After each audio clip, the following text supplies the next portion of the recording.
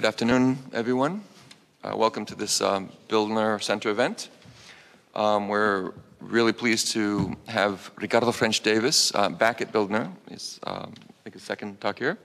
I'm going to start with a very conventional introduction to Ricardo and then tell you a little bit more about him. So the conventional part is, what you just read off a CV, right? So he's an impressive author. He's written or co-edited 20 books, 130 articles. He's currently a professor at the Catholic University of Chile. Many of you know him as one of the founders of Chilean, one of the most important think tanks in Latin America, very central, as I'll mention in a second, to Chile's sort of transition to democracy. He's had a long and storied life. Some of you may have a few misapprehensions. One person who saw this event announced said, "Oh, Jonathan, it's you up against a Chicago boy." And I said, Ricardo is indeed a Chicago boy in the sense that he was one of the very first of those Chilean students to get the doctorate at Chicago, studied alongside many of the people who then became associated as the Chicago boys who brought the famous neoliberal model to Chile. But if you look now a bit more carefully at his career, he's anything but a conventional Chicago boy. When he returned to Chile from his first studies at Chicago, he basically, the Frey government was in power. He became deputy manager of the research department of the central bank. In the 1970 campaign, which was sort of Alessandri versus Tomic versus Allende, Ricardo, maybe with a few other famous names, but basically Ricardo was the economic man on the Tomic team. So he's basically, think of him as that sort of middle road, center left, if I may, at least back then, certainly. And then the coup comes. He falls back at the university, as he was just explaining to me. There was a sort of little bit of protected space where heads were tumbling, people were being expelled or kicked out or killed. In other universities, the Catholic University group was somewhat protected.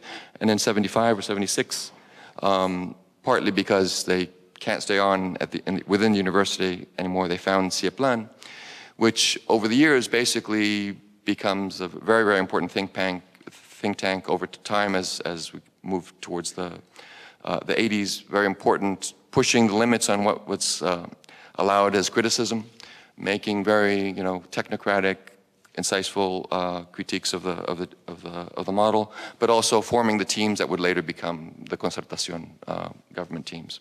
So basically, it's very hard to think of, if you're interested in economic history of Chile or history in general, or either because as a student or because you lived it, it's really hard to think of anyone better placed than Ricardo to talk about this very long period, right? Sort of, he was, you might think, wow, this guy must be incredibly old, but I think it's partly he just started so young. He was sort of a prodigy. He was already, as I said, in 1964, deputy manager of the central bank, very closely linked to policy from the start and throughout. So Ricardo here is going to share his reflections. He has a couple papers that are by way of background, but the basic talk is on Chile as a development model. So we're very pleased to welcome Ricardo. Thank you.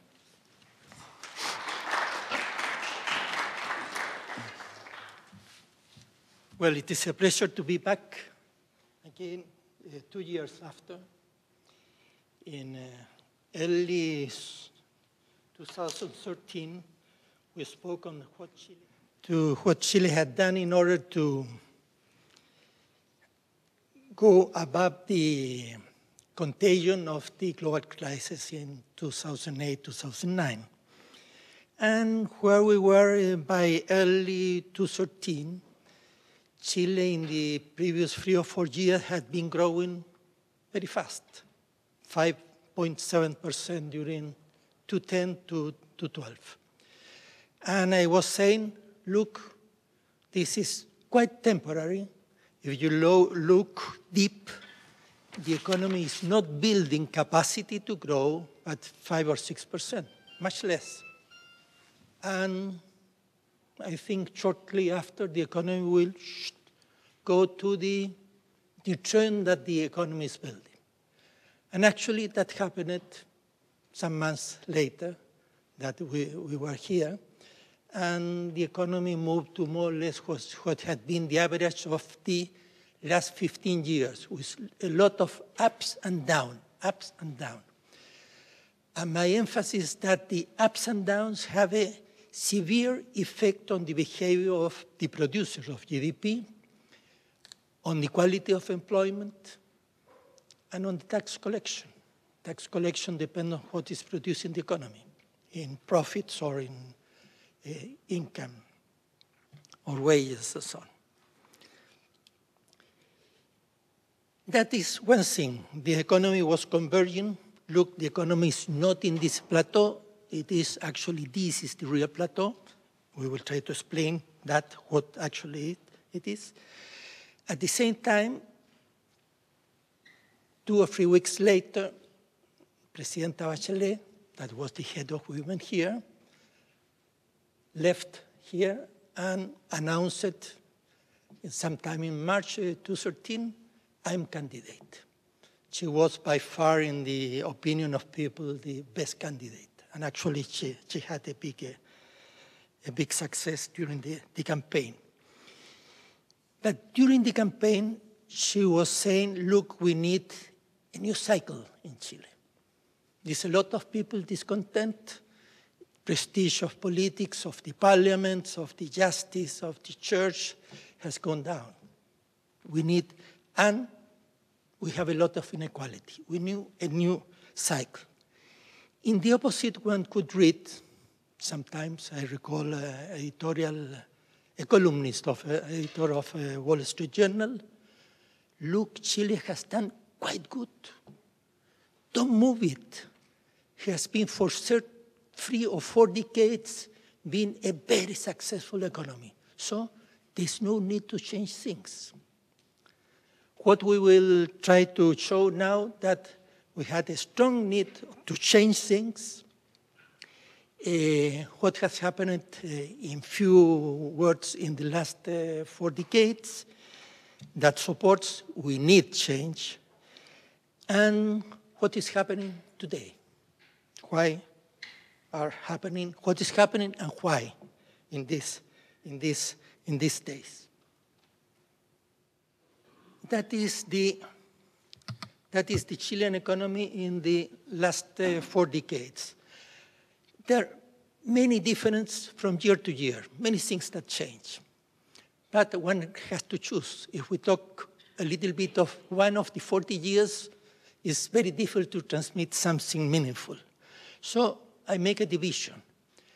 The first 16 years, the Pinochet dictatorship, that starts from a rather good year in 1974 and ends in a very good year in 1989 with a lot of economic activity.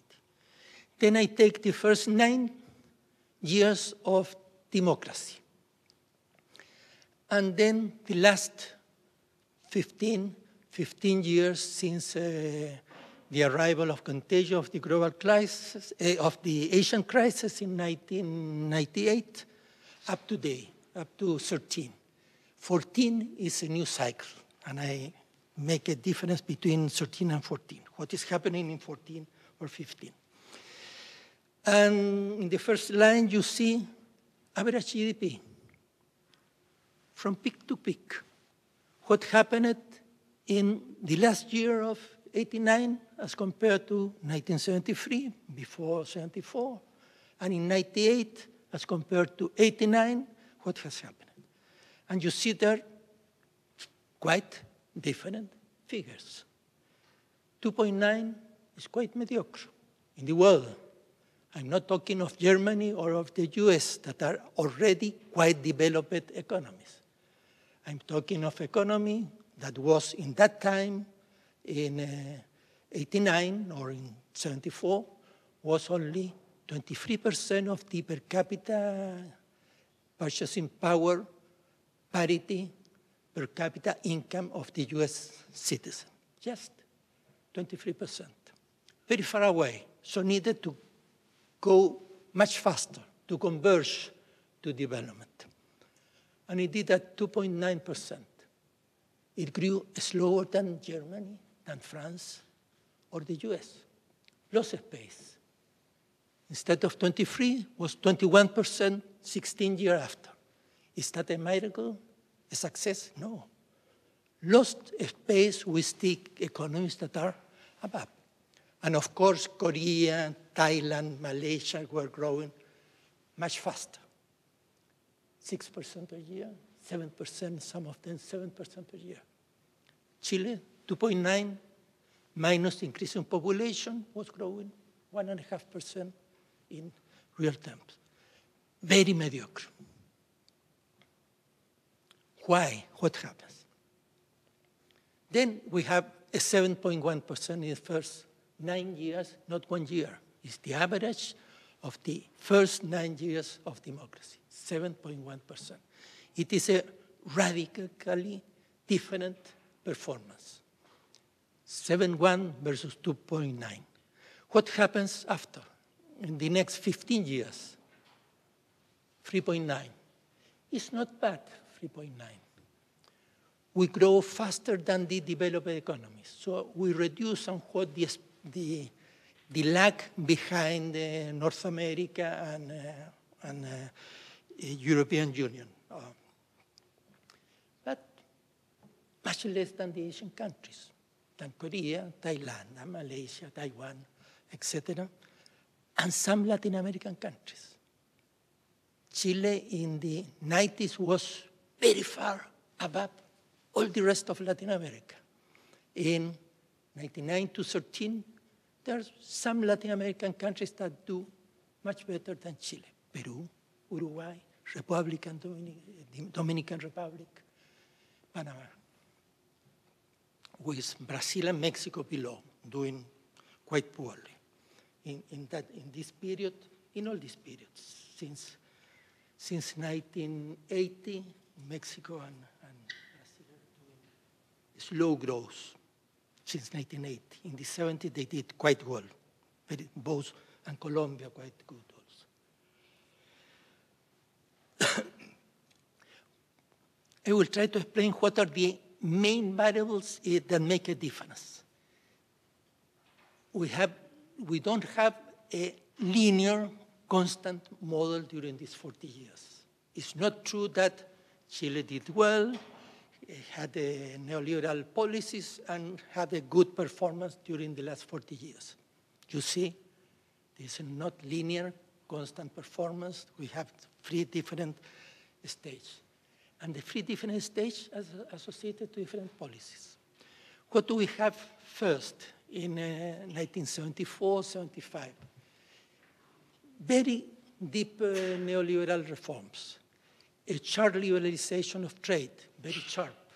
It's not the same if you do it gradually with regulated exchange rate, etc., or you do it abruptly without good companions in the other policies. A sharp financial liberalization with very facilitadora, with supervision, relaxed supervision. The instruction was, don't bother the banks. They know what to do. Let the market work. So we had a very poor regulation of the financial markets. In that time, we were mostly bank. And a lot of capital inflows from abroad. What sort of capital inflows? FDI, it was not FDI, it was mostly bank loans, medium and short term. What happens in the financial system? A lot of financial activity, but most of financial activity was concentrated in short-term loans, consumption loans, and very limited financing of long-term investment. In order to increase GDP, you need productive investment. You need more equipment, more machinery, more infrastructure, more buildings where you live or where you trade your things. And the fact is that in the 70s and in the 80s, the investment ratio, the proportion of GDP that is devoted to buy equipment, machinery, etc., all these things I mentioned, was very low, lower than in the 60s. A lot of financial activity, a big growth of consumer loans. You cannot have good consumers in a sustainable way if they're not good producers. If they don't get good wages, good real profits, wages and profits are GDP. The counterpart of the goods and services you produce, it is profits and wages and income of the people. And that was growing slowly, 2.9%. And what we have by 1981, an economy that we have a lot of indebtedness with abroad, loans from international banks to the US, Scottish, Canadian, French, German banks, to the private sector in Chile, and a lot of that money had been consumed. You have to pay the loans. And Chile actually pays them, but had consumed them, not invested. And that is a big force behind the 2.9%. That is lower to what we were producing in the old democracy in the 60s, when the economy was growing something 4.5% in average per one decade or 2 decades. That was our plateau. We went down instead of went up. But with a particular feature that the economy was with acceleration, a recession, acceleration, recession. And what you see in that graph is the red line is potential GDP. I don't know if it is red in there. It's red. Sometimes it's black.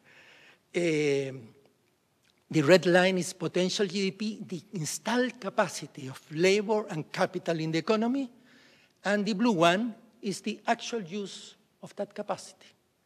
We had two big, very big, the biggest in all Latin America, in 2 occasions, in 1975 and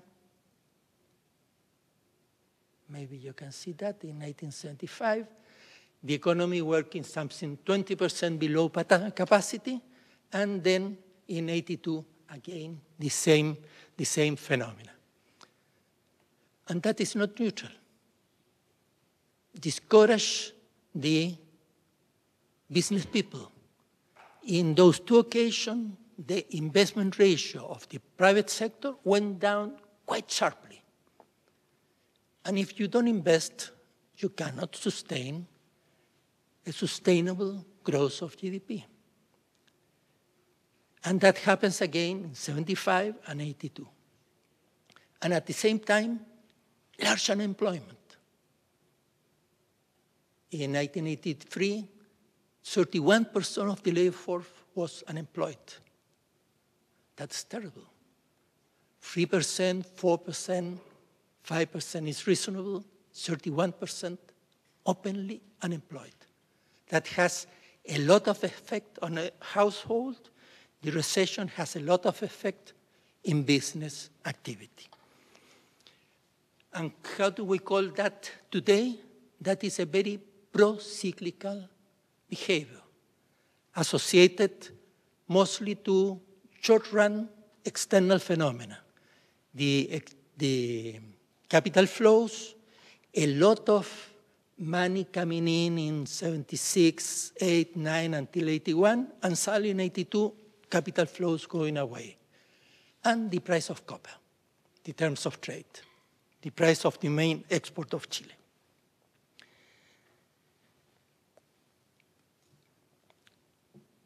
The biggest recession in Chile, in an economy where there was a fiscal surplus, all the deficit was private, led by the signals of macroeconomics.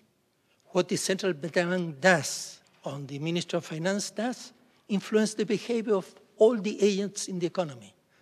And we had in 76 to 81 an economy seeing that, look, the dollar is cheap in Chile. Don't produce dollars, consume dollars. Consume all imported goods. The world is giving us money to do that. But the world was not giving, was lending money. You have to return the money after. You know now since 2009.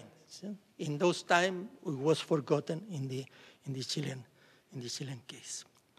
So an economy with a fiscal surplus, with totally liberalized imports, with a totally open financial system with no restrictions on, so the market was free to operate, and we had a big recession.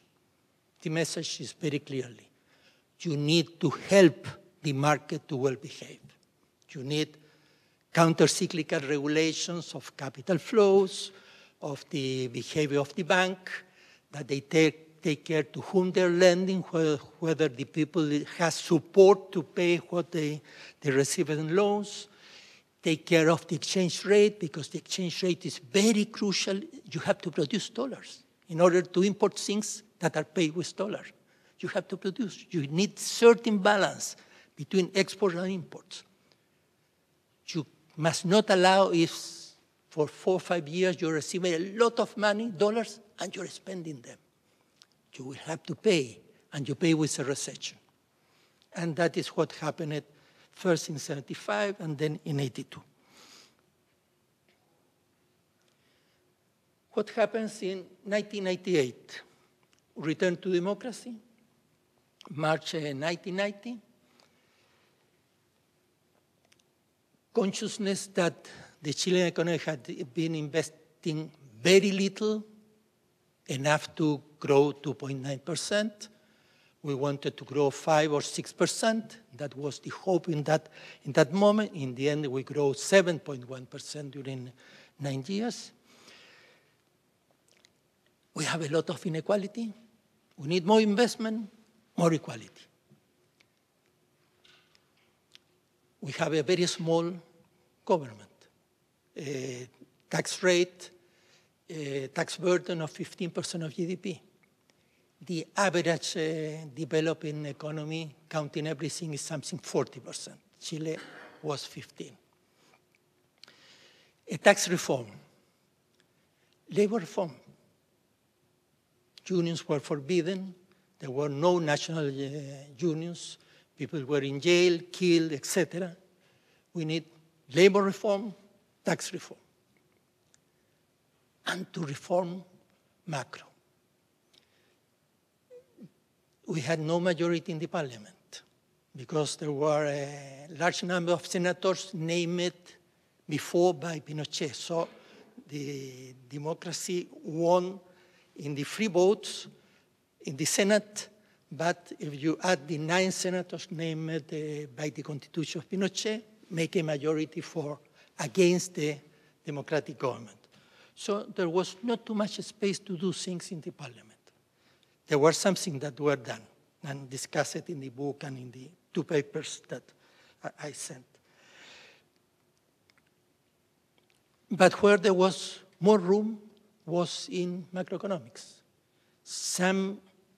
The way the finance managed the tax proceed, the tax reform that was able to implement, and the central bank. Officially, since 5 days before the presidential election, Pinochet enacted an independent central bank. Pinochet had 16 years, 5 months, and 24 days of absolutely dependent central bank, but left for democracy a bank that was quotation independent, that had two Pinochetistas, 2 Concertación Democrática, and 1 independent board of 5 members. Unfortunately, Ministry of Finance or the government was able to get agreements with the central bank. During 5 or 6 years, each day the central bank and the Ministry of Finance were working together, making a common macroeconomic policies, coordinating fiscal policy with monetary policy, exchange rate policy, and regulation of capital flows. It was very strong in the minds of the democratic government what had happened in the debt crisis, first in 1975 and then in 1982. It was associated to excessive financial inflows. So what has to do is to regulate financial inflows. We need capital inflows, but not too many. And there are ways to do that. It was called an encaje, a sort of reserve requirement of capital inflows that was just adjusted according to the intensity of flows into Chile. So what we had, volumes of capital inflows that were more or less consistent with the capacity of the Chilean economy to absorb them without appreciating the exchange rate, not allowing a too cheap dollar, you start importing too much and consuming your dollars in imports and affecting the domestic producer with a too cheap dollar. We don't need too expensive nor too cheap, something in between, like many other things that are in between the extreme right or extreme left. And what happens during these 9 years? You saw this with these big gaps. What we have in the first 9 years of democracy is an economy where the two lines, actual GDP is very similar to potential GDP. What implies? A producer that put money for 10 or 15 or 20 years, equipment, machinery, building, etc., was using it. Was not facing an economy that suddenly domestic demand goes down and suddenly goes very much up. It was aggregate demand more or less consistent with the capacity. The exchange rate was more or less what was needed to keep a balance between exports and imports.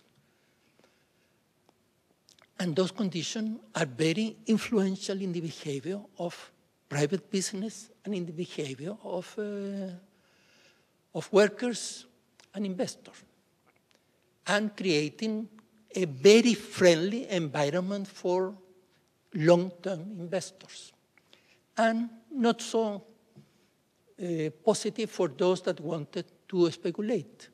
When the exchange rate goes ups and down, the price of bonds ups and down, there's a lot of space for speculation.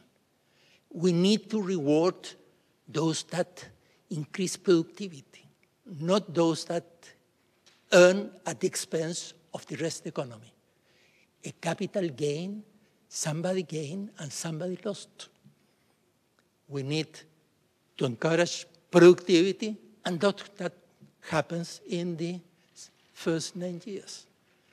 What is called total factor productivity increased something like 3% per year after year, during 9 years. That makes a lot of cumulative difference. What had happened in 1974-89, that was close to 0 or 0.5%. A big increase in productivity, a big increase in the rate of employment, and in a big increase in the rate of investment. The quantity of money placed by the private sector, foreign and domestic, in capital formation was growing 7 or 8 or 9% per year, going up until 98. So the investment ratio was more than double with respect to what had been inherited in 1988 or 89. Private sector was investing much more with tax reform and labor reform. Usually, large business doesn't like additional taxes. And probably in this occasion did not like. But the macroeconomy was working much more better, and we have good social peace. Few strikes.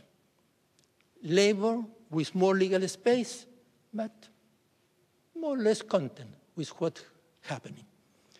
Few strikes, better wages, better employment, better investment. If you don't have all those things, you don't have sustainable economic growth in democracy. You don't have it. We had it. What happens in 1908 or 9? A very strong something that the developed countries suffer in 2009. A very big change in the teaching of economics. Very strong fashion that, look, now the world is ready for free exchange rate, free capital flows, not too much regulation of flows. What happens in 2004, 6, 7, or 8 in the US or in United Kingdom? Financial liberalization. The global crisis is a financial crisis. The subprime is one ingredient, one small ingredient. It's not the main one if you put numbers into it. There was a broad expansion of finance without linkages to the real economy, so long-term investment. And we fell into this trap. In 98, 99, there were changes in the central bank. The central bank started to implement its independence. I am autonomous. I make the decision. I don't have to consult with the Minister of Finance. And what the central bank says, look, now I will care only of inflation. If I control inflation, all the rest adjust. Financial system rather free. Capital inflows, whoever comes in or out with money, including residents, you can start investing abroad a lot if you want. All that is free, and the market free will behave. And what we have for 6 years, the economy is a recession. We lost this parallelism or closeness of potential GDP and actual GDP. And that, again, affects a lot of agents. This was more moderate than what happened in the 70s. That was very extreme. So we have bad effect, but not as strong the effects in the 70s or 80s. And what we had as GDP average growth is, well, 5 or 6 years of recession, recovery, another recession, another recovery, and in 2013, we are again in a situation where we are building conditions for a new recession in the future, in which we are now. And the fact counting, not counting the bad situation of 2014 until 2013, from 98 to 2013, the 3.9 average growth. It's not bad, but it's not good. It's mediocre. And the main variables behind this, why 39 instead of 71%? The main thing is macro changes.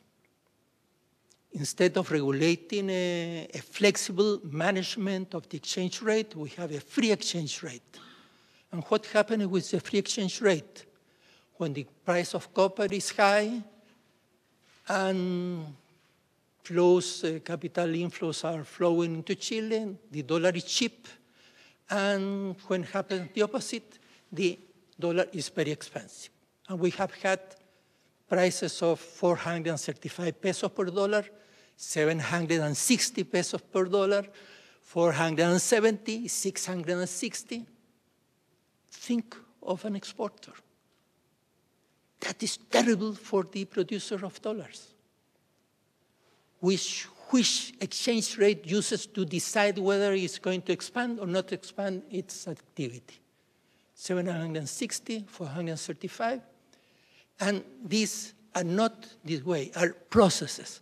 During several years, increasing and then going down, staying down for 3, 4, 5 years, what I call medium-term instability. That is very detrimental for the quality of allocation of resources. you need to invest for 5, 10, or 20 years in your economic activity. You need certainty of what is going to happen. If you're an exporter or if you compete with imports, you face products that have to do with the price of the dollar in your country, the exchange rate. And that is this tremendous fluctuation. Implications, I do the easy things. I don't innovate. I export copper in a rough manner because adding value to my mineral is more costly. I have to innovate, and I don't know what is going to happen with the exchange rate. I don't do it. What has happened? In the 90s, there was some significant diversification of export. We started exporting more products with more value added. In the last 4 or 5 years, that stagnated.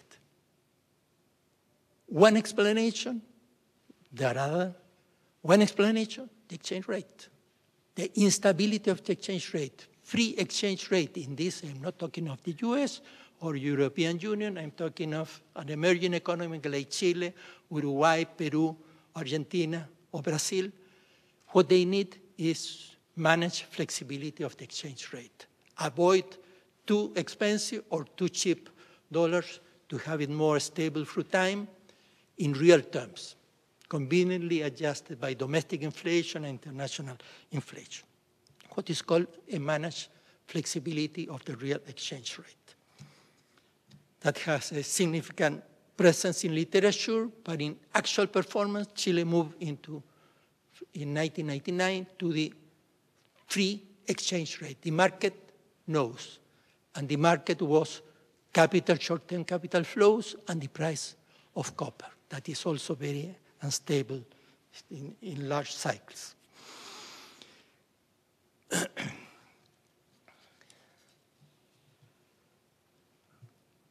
The other things, what is called micro policy, were rather similar in the free periods.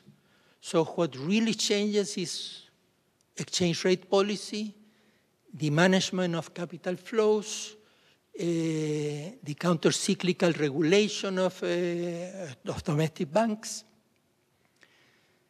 and of the tax system. While micro, the small things, were more or less, there was no productive development policy, formal policies. Now we're going into a little bit into that, and I talk of that.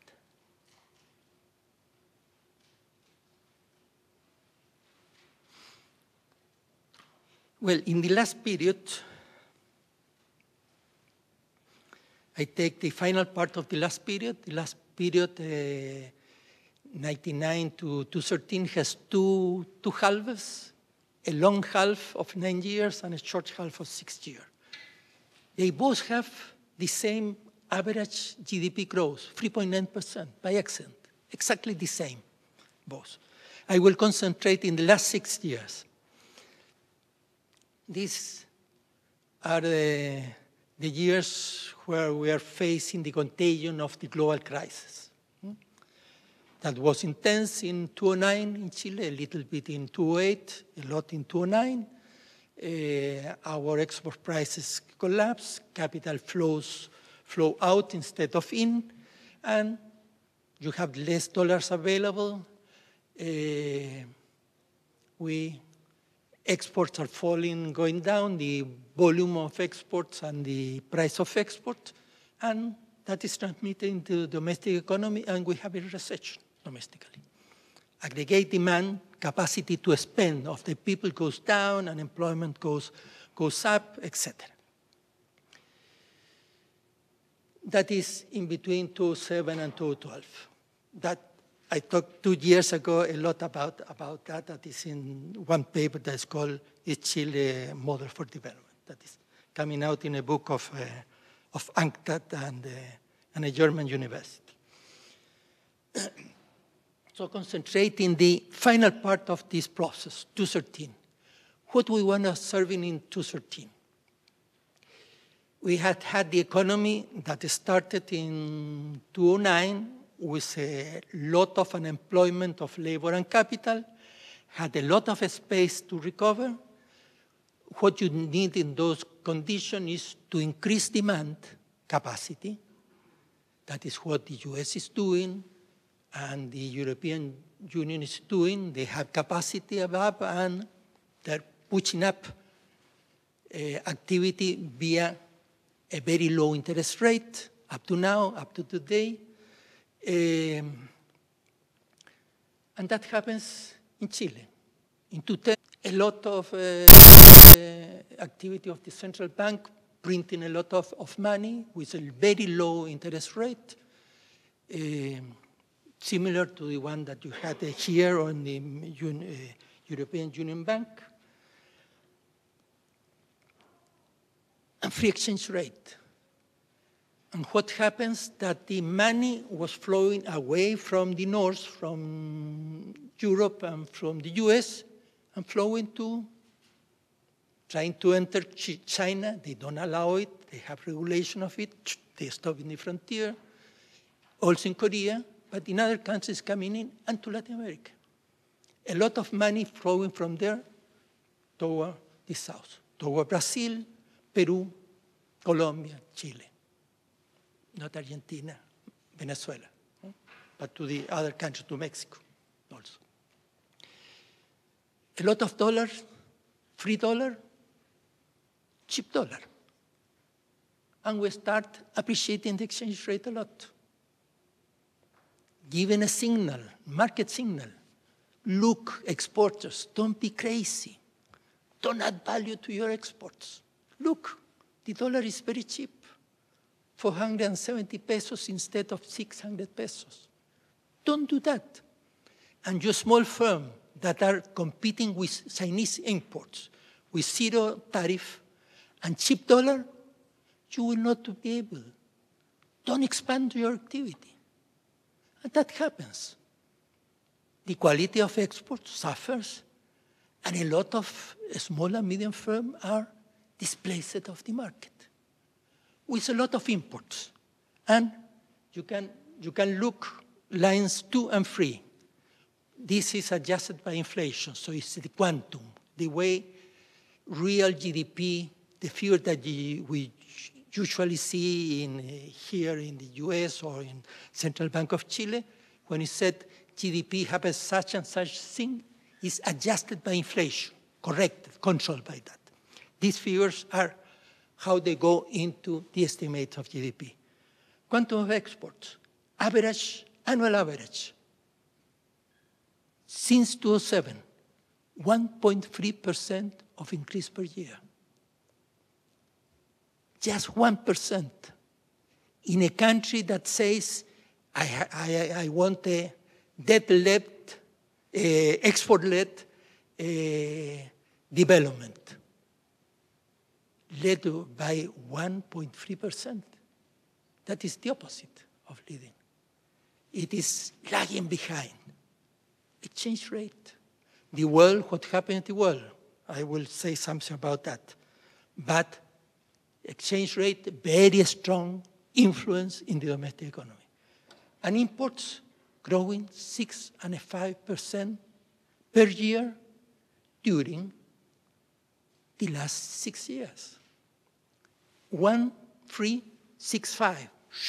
6.5 is up there, very fast. Look, the economy grows 3.9, imports 6.5, much faster than GDP, and exports much slower than GDP. Not in 1 month, 1 year, in 6 years. In this table, if we look more in the back, it is even worse, but let us stay here. What can be called that? It's a disequilibrium. That economy cannot keep doing that, importing a lot and exporting a little bit. Real exports are part of real GDP. They are pulling down the GDP with this slow growth of export. We need export to grow faster. Not enough, but necessary. And imports, and how we finance that? We have had the fortune of a very high price of copper. But you cannot live forever from the price of copper. And now the price of copper is 20 or 30% below what was in 2013. The reality came in. Don't trust that forever some short-term signals will stay forever. Try to look the longer horizon. And what about the fiscal policy? Line 4, fiscal expenditure was growing 7.4% average per year. In an economy growing 3.9%. Tax proceeds have some if you don't have tax reforms, the tax proceeds will move more or less pari passu, more or less, with the movement of GDP. Except one particular situation. Look line 6. GDP growing 3.9%, domestic demand growing 5.8%. The economy was spending more than it was producing in real terms. How you finance it? With loans, yeah, but also, again, the price of copper. We were selling the same tons of copper with very high prices, 300% higher than 10 years ago. Very high. But it's transitory. At some point of time, the price of copper goes down. And it went down, not too much. In these days, it's 270 cents, 280 cents. It was 400 cents a ton of copper. Half of all Chilean export with that high price. But you should not trust that that will prevail forever. It's transitory. If it is transitory, you have to accommodate to your economy to things that are sustainable through time. The situation in 2013 was not sustainable in the trade sector and in the financial sector, in those areas. We needed to reduce public expenditure or to increase taxes, and we needed a much more expensive price of the dollar. That in those times was in 460 or 470 pesos per dollar. Now it is 620. It has changed a lot, but we need to avoid the ups and downs because they are detrimental to equity and to productivity of the private sector.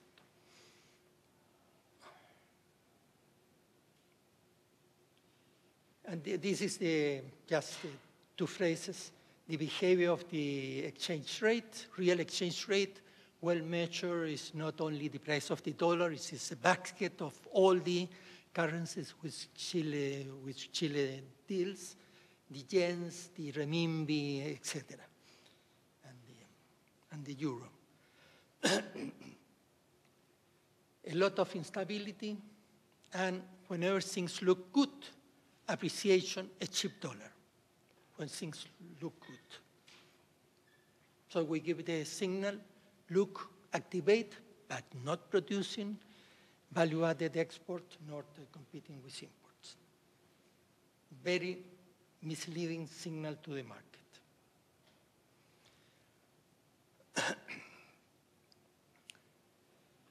Things that we need. We don't have a fully common model during the last 40 years. We have had significant changes.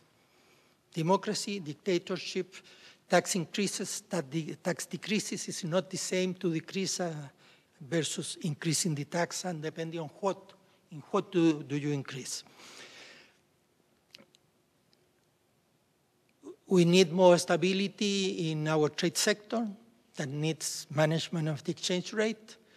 We need an economy that is able to live better with the capital flows. That means a counter-cyclical regulation of capital flows, as was done in the 90s. And we need an economy that is a different stage of development. The Chilean economy is twice as large as in 1990, has grown. GDP grew 7.1 and then 3.9. This economy much larger, more developed, better employment, more employment of the women. Yeah, now 50% of the women are working, not only 30% as in 89. A more conscious society, disgusted with many things. You need several things to be made at the same time. In economics, macroeconomics, take by the simple decision of the central bank. 3 votes against 2, you can change the way you manage the exchange rate. You don't need laws. It is in the hand of the central bank. Decide to manage the exchange rate. What happened in the market? Good. Today, the exchange rate is 620. That is expensive. It was 460 or 470, very cheap. I show why imports were growing and export very, very slowly. We needed a higher exchange rate. The problem, at the moment that appears that Chile is solving the short-run problems, facing a good medium-term future, the exchange rate will appreciate again and give the wrong signals to exports and to those small and medium firms that compete with imports. Wrong signal. We need to tackle that and to make the decision, no, the central bank will not allow the exchange rate to go too much up or too much low. That is what's called counter-cyclical policy. Avoid building cycles, recessive cycles.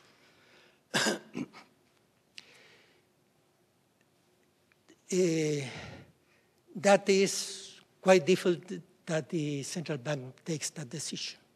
The view that the market knows and we must leave the market to those things is very strong in the minds of the central bank today.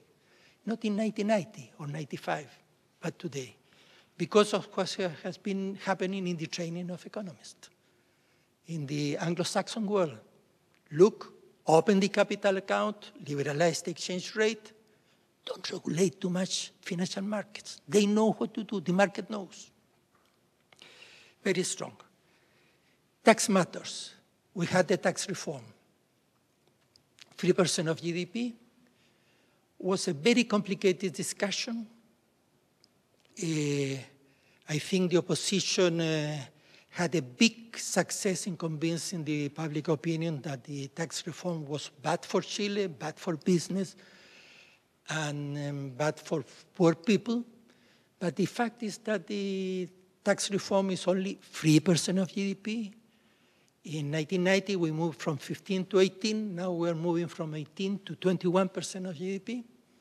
The average developed economy taxes are around 40% of GDP. And the tax is collected in a quite progressive way. Poor people is not paying the tax, a little bit, through the price of Coke because of environmental reasons or obesity of the people. There's a tax on Coke, and orange and so on, and these minerals, and some liquor. But the majority is paid by the high-income people.